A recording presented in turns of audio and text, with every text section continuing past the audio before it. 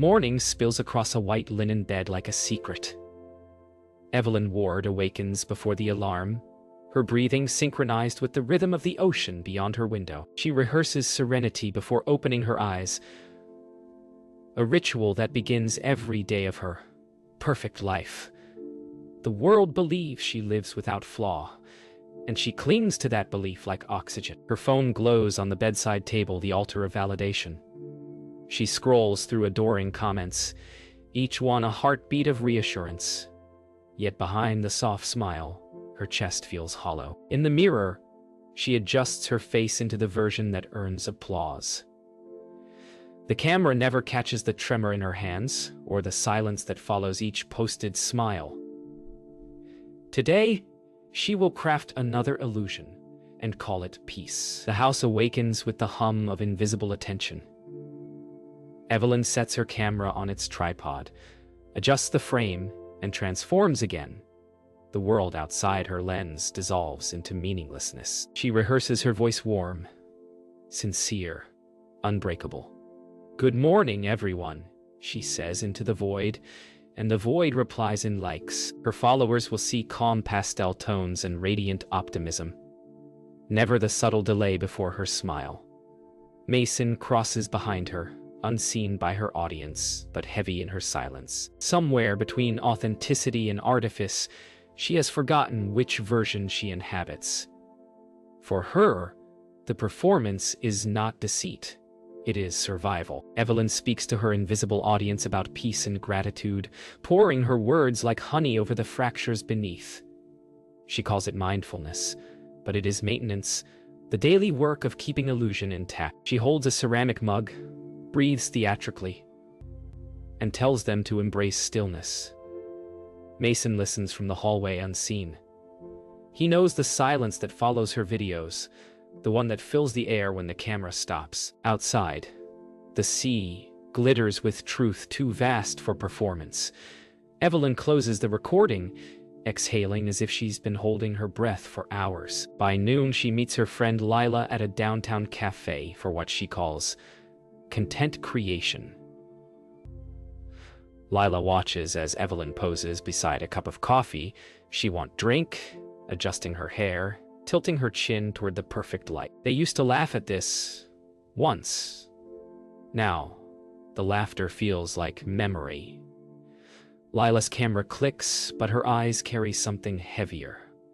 Evelyn avoids her gaze, afraid of what it reflects. The friendship, once rooted in sincerity, now feels curated.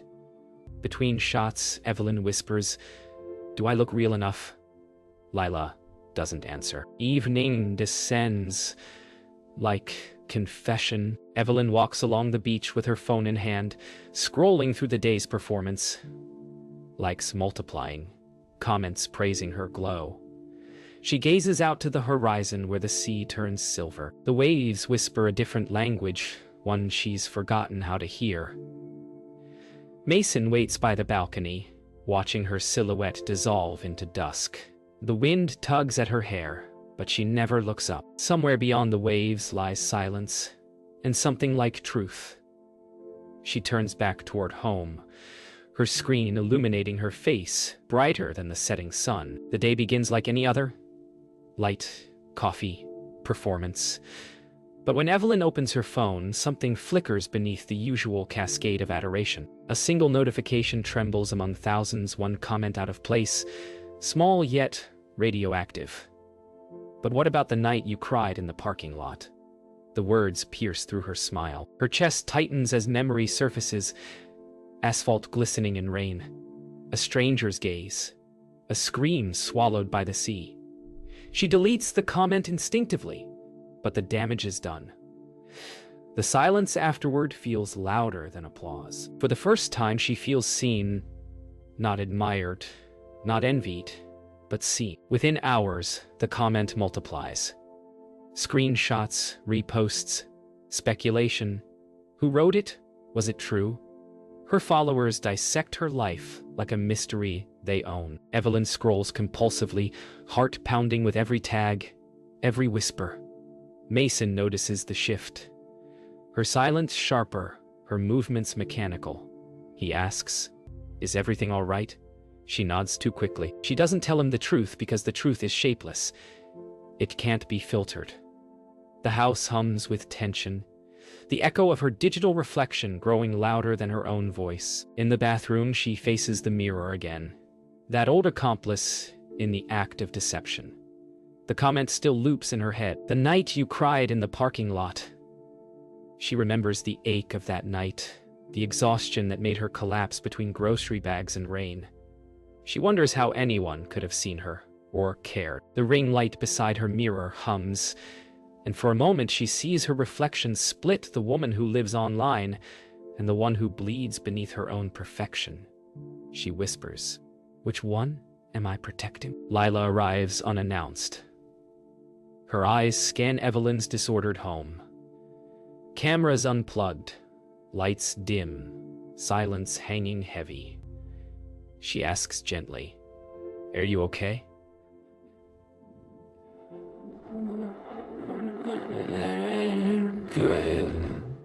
Evelyn forces a smile that collapses halfway. Lila sets down her bag and sits beside her, phone in hand. "It's everywhere now," she says softly. Evelyn's stomach turns. "They don't know anything," she mutters. "They don't have to," Lila replies, "but you do." For the first time, Evelyn feels the weight of her own invention pressing against her chest. The self she built and the one she buried colliding in the same breath. That night, Evelyn lies awake beside Mason, who sleeps soundly, unaware that his wife's digital universe has cracked open. Her phone vibrates again and again. Reposts, threads, sympathy, disguised as curiosity. She scrolls through the comments, then returns to that one. The words feel alive, breathing against her skin. "The night you cried in the parking lot." She rises, barefoot, walks to the balcony, and stares at the dark sea. Somewhere in that vastness, a stranger remembers her pain. For the first time, she isn't alone, and it terrifies her. Notifications multiply like static in her skull. Each ping feels like a heartbeat she can't control. Her followers dissect her life in real-time, screenshots of her old posts, rumors, theories about the parking lot night. She tells herself it doesn't matter, that truth can't live inside pixels. But each word pulls her closer to the memory she buried, the night her mask cracked, and someone saw. Mason's voice from another room asks if she's coming to bed. She pretends not to hear. In the blue light, her world hums with artificial heartbeat and dread. Mason stands in the doorway, watching her scroll through 1,000 strangers' opinions about their lives. His voice cuts the silence. "Evelyn, you're disappearing." She laughs softly, brittle. "This is my job," she says. "No," he replies. "It's your cage." The words linger like smoke. He leaves, the door half open.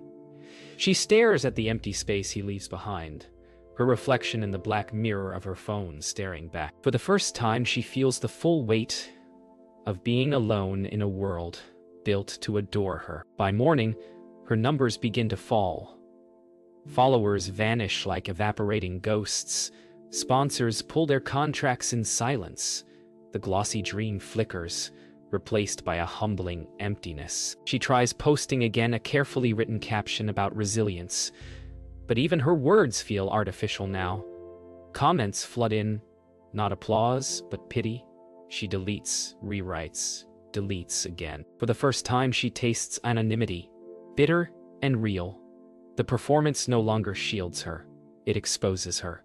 The world she built to be seen now turns away. Lila takes her out for air. Not for a photo shoot, but for sanity. They walk along the boardwalk, wind tangling their hair.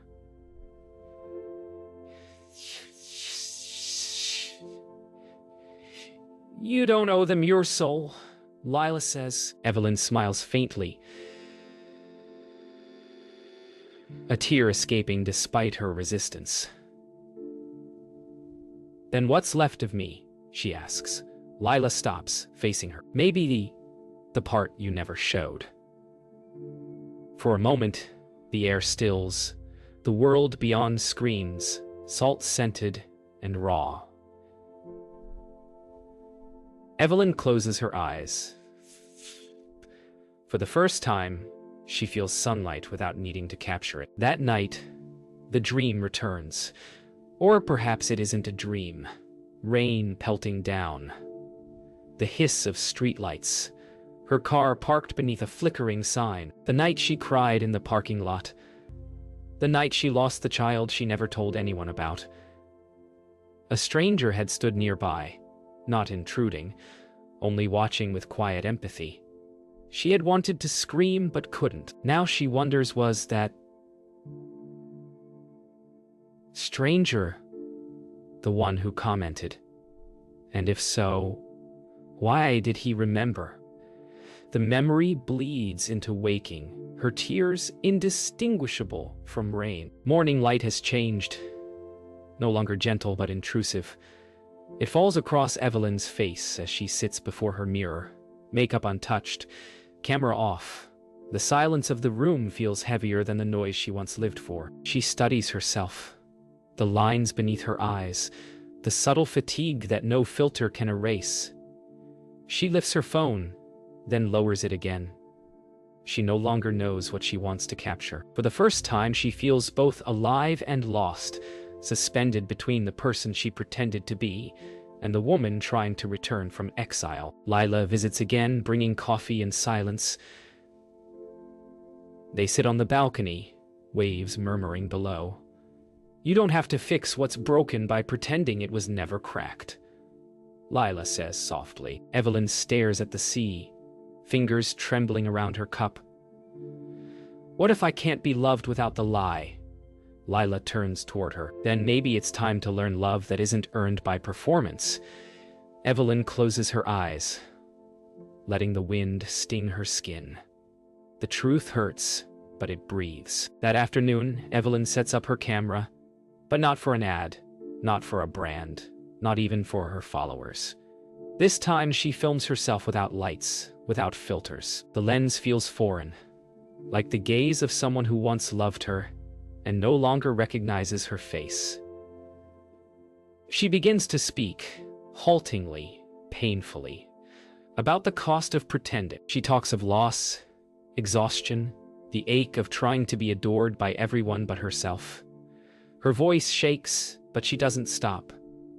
For once, it isn't performance, it's confession. When Mason returns home, she's still sitting there, the red light on the camera blinking faintly. He looks around at the dimly lit room, at her unfiltered face. You're really doing this? He asks quietly. I don't know what else to do, she answers.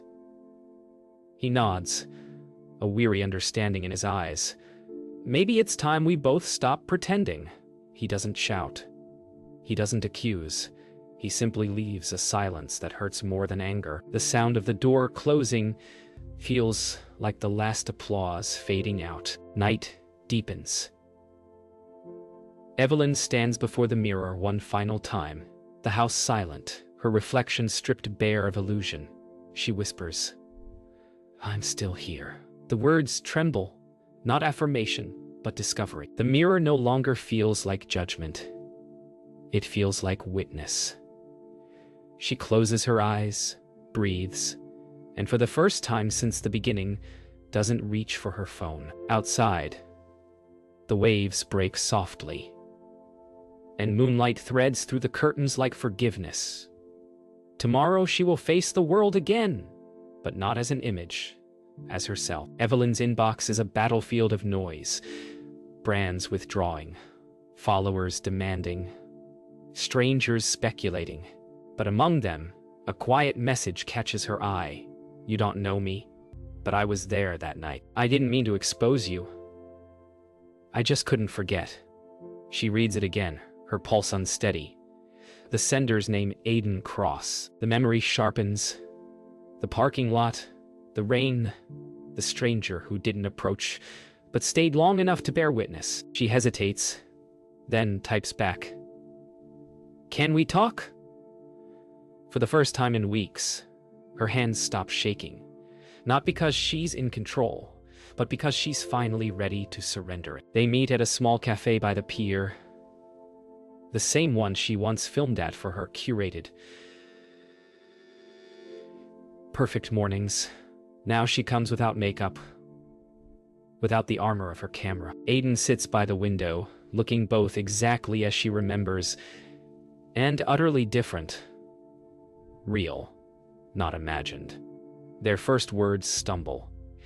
He tells her he didn't mean to hurt her. "You just looked like someone carrying the same silence I was," he says. Evelyn studies his face and sees a kind of quiet honesty she no longer recognizes in herself. For a moment, the noise of the world fades. Aiden speaks quietly, like someone afraid to disturb the air. He tells her how he saw her that night. Not a celebrity, not an image, but a person breaking. "I didn't approach," he says, "because it looked like you needed to fall apart without witnesses." Evelyn's throat tightens. She realizes that his comment wasn't cruelty. It was remembrance, a testament to something real. For months, she thought exposure was humiliation. But maybe it's a kind of grace, someone having seen her when she couldn't see herself. For the first time, she thanks him. They walk together along the boardwalk after the rain. The ocean breathes in rhythm with their footsteps. Aiden tells her he used to take photos of storms, not for beauty, but to remind himself that chaos could be art too. Evelyn listens, the words lingering like salt air. "Maybe," she says softly. "I've spent too long editing my storms." They pause beneath the streetlights, the sound of the sea folding between them. There's no resolution, no apology left to make, only the quiet understanding that sometimes strangers know our truest selves better than the masks we wear. Later that night, Evelyn records a voice note, not for followers, not for a post, but for herself. She speaks of the stranger who remembered her, of the rain, of the night she let herself break. "Maybe I needed someone to see me like that," she whispers. "Maybe that's how healing begins." She saves the recording, then deletes every draft meant for the internet. Her reflection on the laptop screen no longer feels foreign. She turns it off, and the room fills with real darkness. Her first moment of peace. The comment section becomes an inferno. Every word that once worshipped her now bites. Her latest post, the unfiltered video, has gone viral. Some call it brave. Others call it manipulation. She reads them all until the lines blur. Truth, she realizes, has no control panel. You release it, and it becomes what others need it to be. Her hands tremble as she shuts the phone off. The silence afterward is unbearable, then strangely beautiful. For the first time, no notifications follow her breathing. Just the sound of her heart, raw and irregular, still proving she's alive. Mason's things are gone. The drawers half empty. The framed photos missing his smile. Evelyn stands in the doorway, unsure what to feel. Grief and gratitude blend until they're indistinguishable. She picks up the last photo they took together, the one that once earned her a sponsorship deal. She looks at her younger self, the woman performing love for the camera, and whispers, "You did your best. It isn't an apology. It's a benediction." Then she lets the photo fall, not in anger but in release. The sound it makes is soft, like a curtain closing. The emails come in waves. Contracts terminated. Collaborations paused indefinitely. They thank her for her time, her influence, her brand. She deletes them without reading the rest. Each one feels lighter than the last. Without the pressure of pretending, the world grows quieter. Her reflection in the black laptop screen is not beautiful, it's human. She smiles faintly. There's power in losing everything, she thinks, because what remains must finally belong to you. Lila returns with groceries and quiet eyes. The apartment smells like rain and lemon. "You look different," she says. Evelyn laughs softly. I think I finally stopped editing. They cook in silence for a while. The rhythm of slicing vegetables, boiling water. Two women existing without agenda. You don't have to disappear, Lila murmurs. You just have to start living. Evelyn looks up. Maybe this is what living looks like. The moment stretches. Two friends in a kitchen. No cameras, no performance. Just truth shaped into ordinary beauty. That night, Evelyn walks to the ocean alone. The tide murmurs like a lullaby she's known forever but forgotten the words to. She wades into the water until the cold wraps her legs, grounding her. The sea takes the fragments, the filters, the fear, the false perfection, and dissolves them into foam. Above, the stars are unfiltered and honest. She whispers, "Thank you." Not to anyone in particular, but to the silence that remains. For the first time, she doesn't need to share it. The moment exists because she does. Dawn unfolds gently. No alarms, no rehearsed smile. Evelyn wakes to the sound of gulls and the slow rhythm of waves. Her phone lies silent on the bedside table, battery dead, like an old language forgotten. She opens the window and breathes the salt air. The world no longer pixelated. Her reflection in the glass isn't flawless. And for the first time, that feels right. She whispers to the morning, "I'm still here." The sea answers softly, and in its rhythm, she hears something like forgiveness. Evelyn sits at her desk, notebook open.